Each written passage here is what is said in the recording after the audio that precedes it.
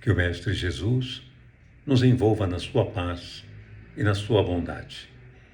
Façamos nesse momento uma prece para comungar com Deus e com Jesus antes de darmos início ao tema de hoje. Fechemos os nossos olhos com tranquilidade, agradecidos e confiantes em Deus, sintonizando com o Mestre Jesus, que nos ampara constantemente, e roguemos a Ele as suas bênçãos luminosas, para que Ele nos ampare nessa trajetória, para que Ele abençoe os nossos caminhos, a fim de que tenhamos trilhado ao longo do tempo o bom serviço, a boa contribuição, o trabalho no bem, que despertemos constantemente para todos os benefícios que podemos realizar em prol do nosso semelhante, aprendendo a abrir os corações para servir, para amar. Ajuda-nos, Senhor, com as nossas imperfeições. Ampara-nos com as nossas dificuldades, mas, sobretudo, ilumina as nossas mentes para que melhor sirvamos no cotidiano em Teu nome. Paz e luz nos nossos corações.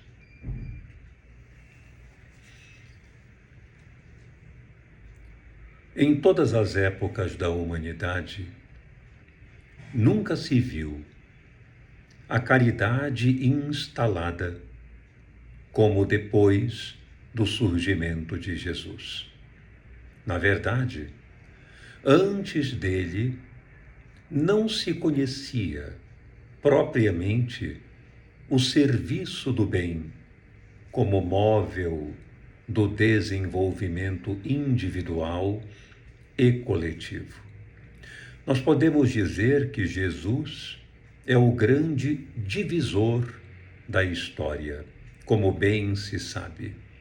Tudo aquilo que diz respeito aos feitos da história, às realizações da história, vamos separar essas realizações grandiosas em antes e depois de Cristo. Assim, dividimos a história. E por que isso acontece? Porque Jesus representa a grande fronteira do novo conhecimento, do conhecimento que salva, do conhecimento que ilumina. Portanto, ele é a grande fronteira, antes da qual a hegemonia das criaturas relacionada aos poderosos, aos mais fortes, aos mais robustos, essa hegemonia era tida como o grande fenômeno grandioso, aquele que realmente colocava as criaturas portadoras dessa hegemonia ou desse poder na dianteira dos outros seres humanos considerados mais fracos. Portanto, antes, o prazer e o poder imperavam, dominavam. Com a presença de Jesus, a caridade, o amor, a dedicação, a humildade preponderaram até os dias de hoje. Tanto é verdade também que estamos nesse momento falando sobre ele, procurando vivenciar a sua mensagem. Tamanha a importância desse homem incomparável e singular em nossas vidas. A caridade, trazida pela sua mensagem e pelos seus exemplos, movimentaram o interior da humanidade. Movimentou todo esse arcabouço que representa o processo evolutivo de cada um de nós. Ele mesmo teve a oportunidade de dizer: Eu não vim trazer a paz. Eu vim trazer, em realidade, o conflito, a divisão, a espada, isto é, a arma de combate interior da criatura humana em relação a si própria. E o grande tablado de luta é a consciência. Ali está a verdadeira luta que nós devemos travar, dentro da consciência, com nós mesmos, com as nossas imperfeições, com as nossas vicissitudes e limitações. Ali está a grande batalha. Antes de Jesus, essa batalha profunda e interior não era conhecida. Na verdade, o que nós conhecemos, e até mesmo um pouco depois dele, somente mais recentemente isso vem mudando, porque no período medieval bem se viu que as grandes lutas travadas eram entre os povos, entre os reinos, somente a partir do século XVII, século XVIII, até o nosso estado atual, a criatura humana vem despertando com Jesus para as bênçãos da caridade, para a capacidade de sair de si na direção do outro, na direção do próximo, na direção do serviço luminoso do bem. E Jesus, então, com a sua mensagem, com a boa nova, com a boa notícia que ele trouxe, reformula completamente o prazer e o poder para o seio da caridade. Em várias passagens do seu evangelho, vemos essa reformulação notória, onde o amor deve preponderar, a renúncia, a entrega, a capacidade de esperar o outro, a capacidade de reconhecer o outro como irmão. Vamos encontrar todas essas diretrizes somente a partir do Cristo, porque até então o poder, o domínio, a riqueza predominavam como elementos que direcionavam a criatura como superior, como melhor que os demais. Muito bem. Nesse estudo que estamos fazendo a respeito da caridade, cabe aqui a recordação de uma parábola excepcional. A parábola do bom samaritano, que eu quero aqui narrar sucintamente, uma vez que essa parábola apresenta as grandes diretrizes, os grandes apontamentos na direção da caridade que todos precisamos aprender a praticar, a realizar. Jesus então inicia dizendo que um homem descia de Jerusalém a Jericó. No meio do caminho, foi abordado por ladrões, que o manietaram, agrediram, feriram e o deixaram ali praticamente quase morto. Mais adiante, dado um tempo, passa por ali um sacerdote. Aquele sacerdote olha o indivíduo caído ali e passa ao largo, sem maiores emoções. Mais adiante, passa um levita. Este levita também admira aquele homem ali caído, mas sem nenhum tipo de comoção, segue ao largo da mesma maneira que o sacerdote e vai embora. Pouco tempo depois, passa um samaritano. Ora, os samaritanos eram criaturas odiadas pelos judeus considerados de raça pura, aqueles que moravam na Judéia.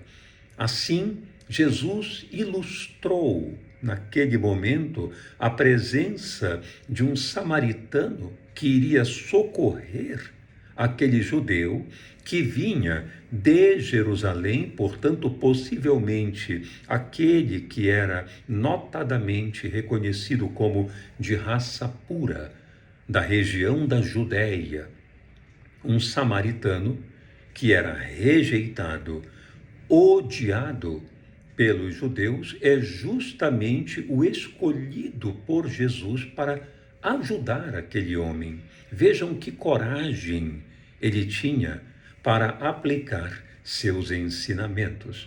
Então um samaritano passa por ali, encontra aquele homem caído, desce do seu animal e unta as feridas com óleo, passa vinho nas feridas, faz uma limpeza nas feridas daquele homem, dando um primeiro atendimento de socorro. Coloca-o no seu animal e sai puxando. Vejam que interessante. Somente naquela época os escravos faziam isso. Somente os escravos puxavam os animais dos seus donos, dos seus príncipes, como eram chamados aqueles homens ricos da época. Então, o samaritano sai caminhando, puxando o animal onde trazia aquele homem ferido, recostado no dorso.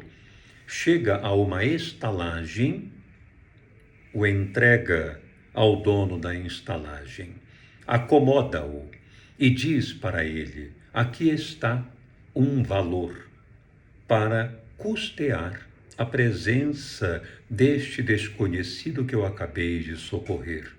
E se faltar alguma coisa, quando eu voltar, vou te restituir. Então o samaritano acomoda aquele homem na estalagem, dá-lhe algum conforto, portanto oferece ali na estalagem alimento, higiene, roupas limpas, curativo, atendimento continuado, dentro das possibilidades daquela época, e vai embora. Isso é muito interessante. E por quê? Porque o protótipo do bem, o protótipo do serviço do bem é o serviço anônimo.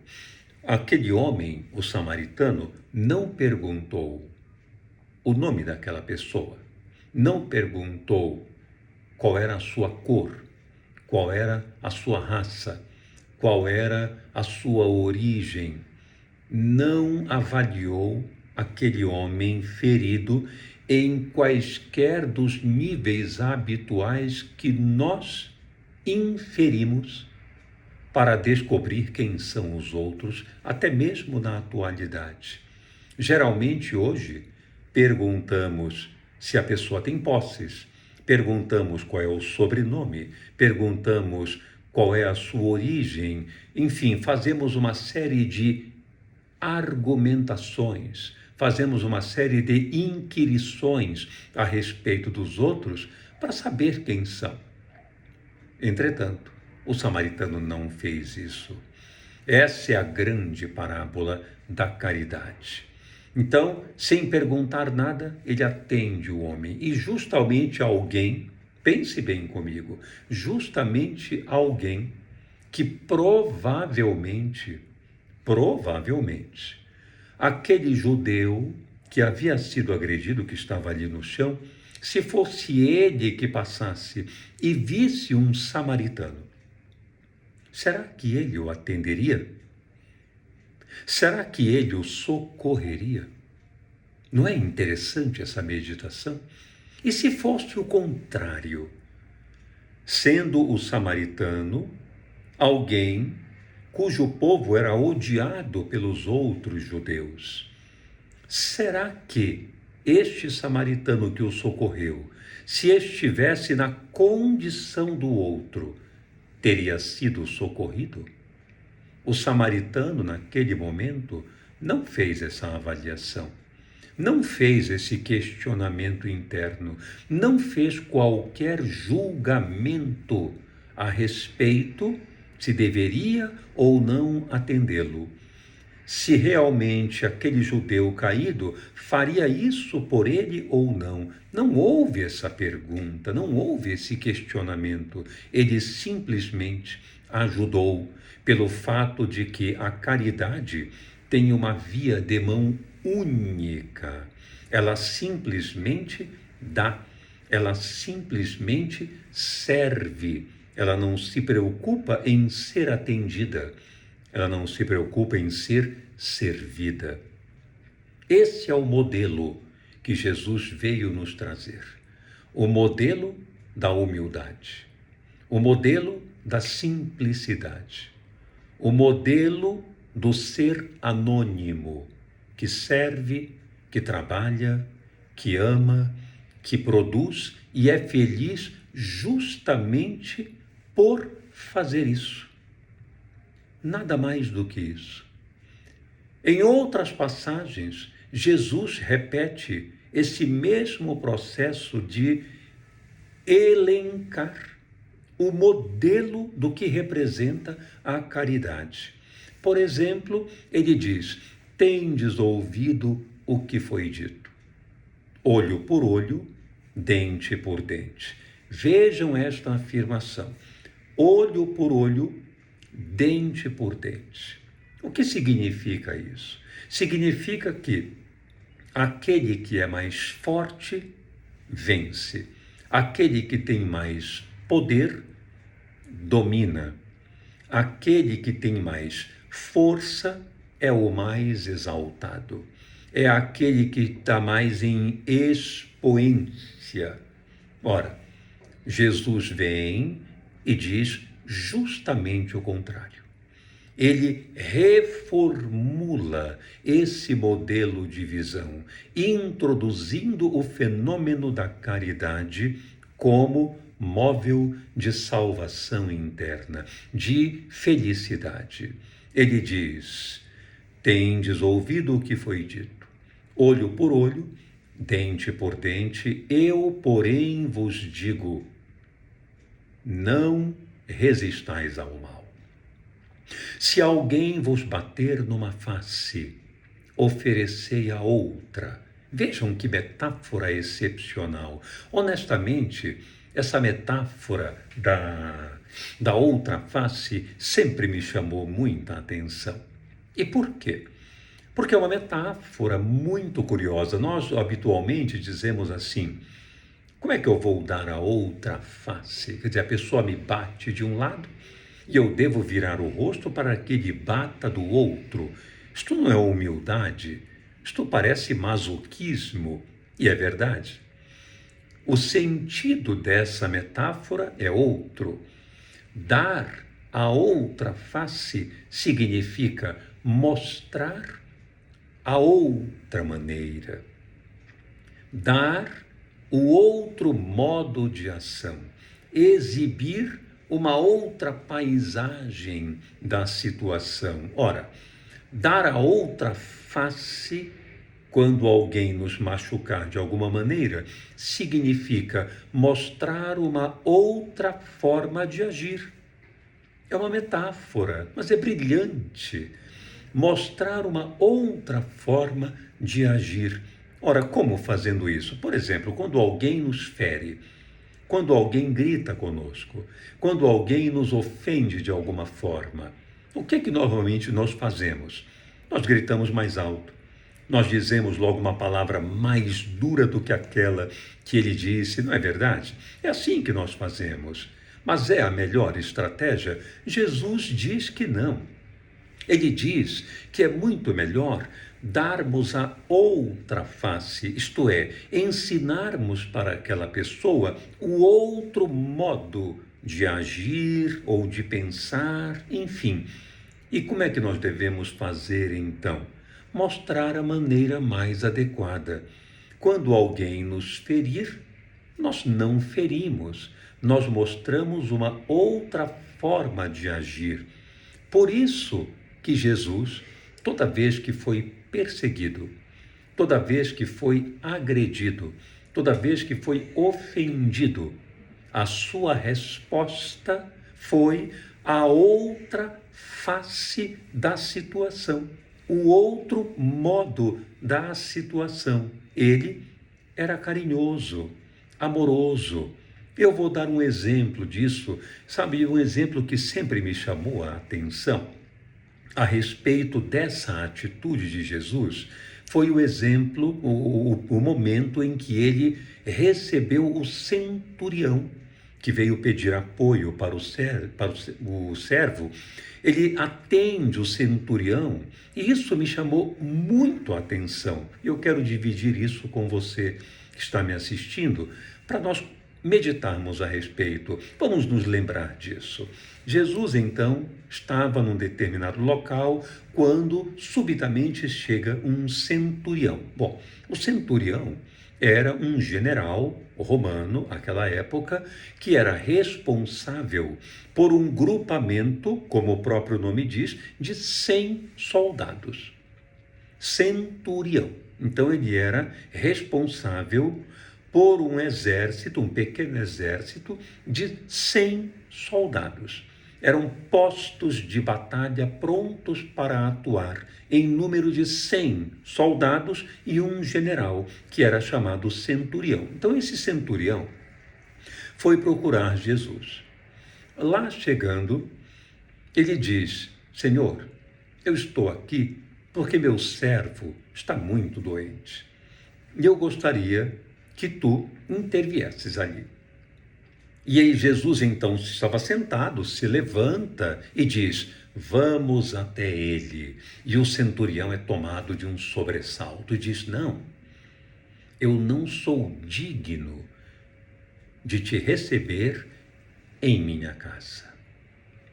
Porém, se tu deres uma palavra, o meu servo será curado.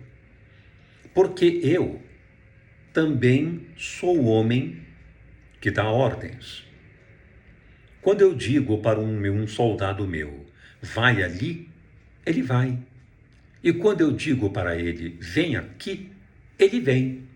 Então, basta que digas uma palavra e a ordem estará dada. E acontecerá o que tu desejares. Jesus então olha para os discípulos e diz: nunca vi tamanha fé em Israel. E completa: vai, o teu servo está curado. É fenomenal essa passagem, porque ela nos chama a atenção para o caso aqui que estamos estudando, para a questão da caridade que estamos estudando. Lembrem-se, Jesus não fez uma pergunta para o centurião. Não fez qualquer tipo de barganha ou de negócio com o centurião. E por que eu estou dizendo isso? Porque ele atendeu um homem, o centurião, que todos os dias crucificava pessoas, chicoteava pessoas, castigava pessoas, matava pessoas frequentemente. Recebia todos os dias ordem para invadir a casa de judeus. Muitas vezes matar crianças, adolescentes, idosos, retirar ali das casas das pessoas pobres sua subsistência, seu dinheiro escasso. Era isso que um centurião fazia. Participava de guerras, morticínios, violência. Em nenhum momento Jesus chegou para ele e disse: por que eu vou te ajudar?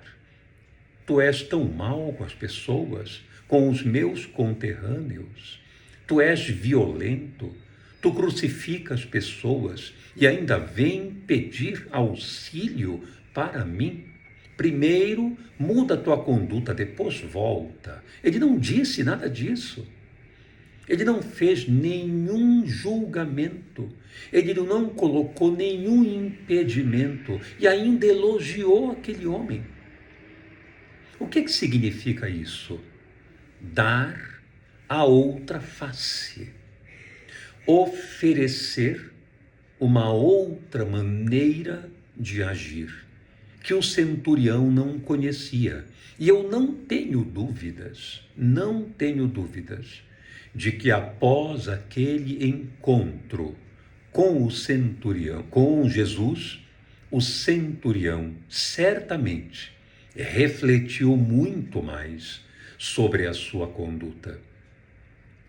Com certeza, mudou de alguma forma a sua maneira de ver em relação ao seu próximo, mais fraco, mais humilde em relação a ele. Não tenho dúvida disso. Com certeza, o centurião cresceu intensamente depois daquele encontro, por ter recebido a outra face, tudo o que ele não estava habituado a receber. Já imaginaram se Jesus tivesse feito o oposto? Se tivesse dito para ele: não, eu não vou te ajudar. Eu não vou te ajudar porque você não é bom com as pessoas. Você é violento com as pessoas. Você é cruel. Como é que você ainda vem me pedir ajuda? Quantas vezes nós já não fizemos isso? Quantas vezes já não dissemos: por que eu vou ajudar aquela pessoa? Eu tenho notícias de que ela é tão agressiva, eu tenho notícias de que ela é tão violenta, ela é dura com as palavras em relação aos outros. Por que eu vou ajudá-la? Ela não merece. Quantas vezes já não dissemos para os nossos filhos: você não estuda, você não está nem aí para os seus estudos, você não se preocupa com nada, você é um irresponsável, por que ainda vou te atender no que você está me pedindo? Quantas vezes já não fizemos isso? Então Jesus propõe darmos a outra face. Não significa não colocar limite, claro, precisamos colocar algum limite nas pessoas que podem ousar um pouco mais conosco, que podem ser mais invasivas, lógico, colocar algum limite, isso é necessário. O próprio Jesus colocou limites importantes em relação aos fariseus, mas nunca os tratou da mesma maneira com que era tratado. Dar a outra face. Em outro momento diz ele: tendes ouvido o que foi dito, amarás o teu semelhante e odiarás o teu inimigo. Odiarás aquele que é estranho para ti e amarás aquele que está intimamente ligado a ti. Essa era a regra de Moisés, a fim de conter a ignorância daquele povo da época.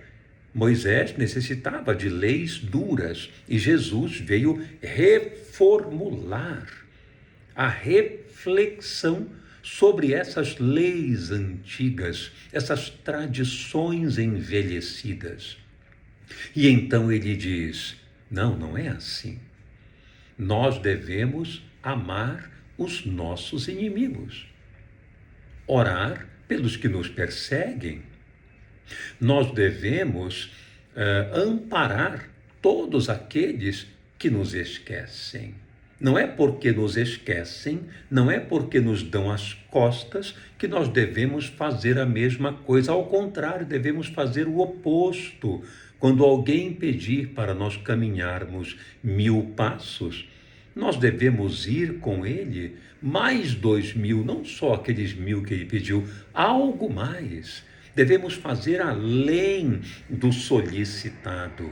Quando alguém te pedir a túnica, tira a tua capa e dá também. Faz além. Olha que interessante.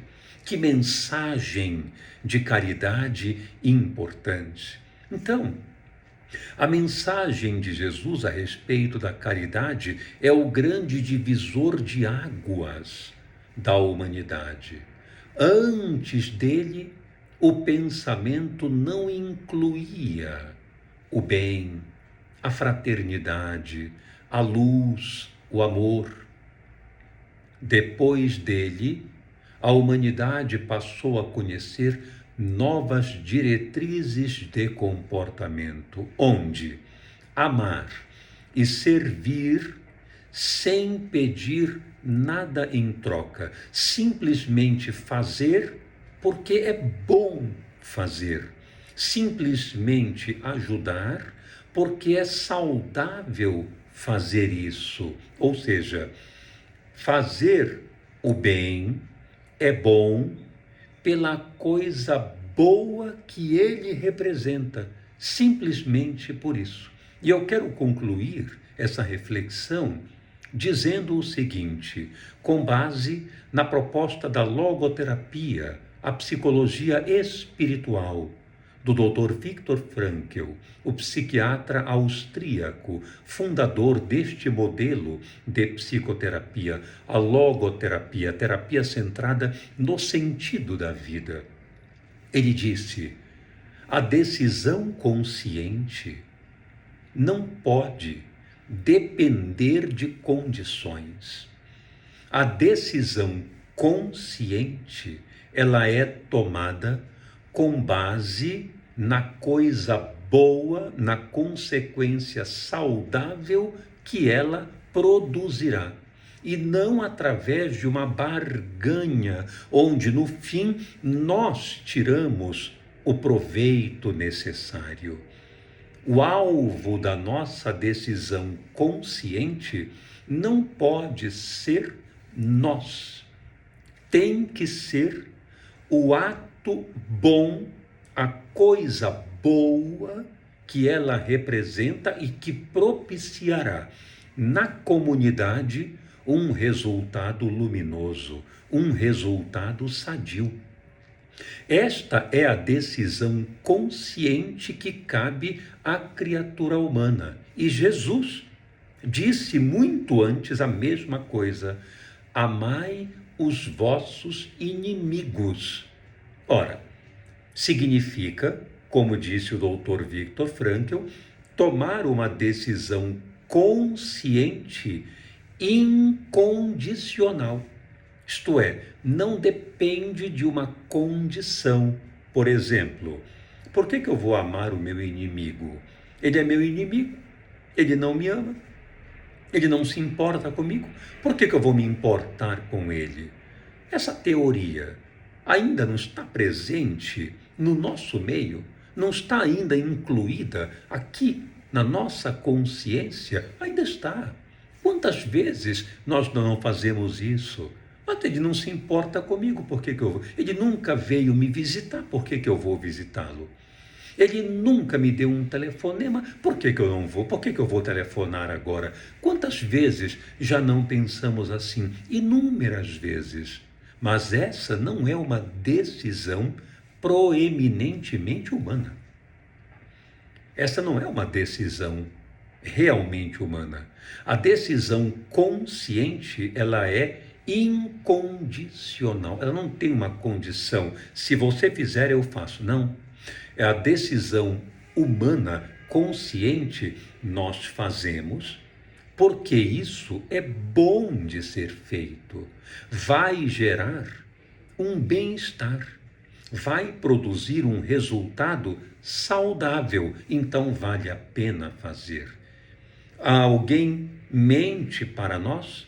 Mas por que nós vamos mentir pelo fato de outro ter mentido para nós? Não, nós não vamos mentir porque dizer a verdade, quanto possível, é uma coisa boa. Simplesmente por isso, porque isso faz bem ser feito. Não importa se vão fazer, não importa se vão nos tratar da mesma maneira, simplesmente é bom ser feito, bom para nós, bom para o outro, e é isso que importa. Chama-se isso de decisão incondicional. Não há uma condição. Quanto você me dá para eu fazer isso? O que eu ganho fazendo isso? Essa pergunta não é, do ponto de vista espiritual, uma pergunta humana. O ser humano, quando toma uma decisão, quando faz algo, ele faz porque a consciência mostra o valor que aquilo tem. Ponto final. Simplesmente isso. Esse é o verdadeiro sentido da caridade. Então, que possamos todos nós colocar em prática esses ensinamentos de Jesus. Possamos todos nós tomar decisões conscientes e sábias, incondicionais, na direção da nossa comunidade, na direção do nosso próximo, não medindo esforços para agir no bem. E se o bem não vier de lá para cá, não tem tanta importância. Realmente isso nos machuca, porque nós também precisamos. Nós também somos seres vulneráveis, precisamos realmente de auxílio. Mas se não vem, não tem tanta importância, porque muito pior é não partir de nós o bem que os outros devem receber das nossas bocas e das nossas mãos. Então, que haja paz, luz e entendimento em todos nós. Muita paz no seu coração. Muito obrigado.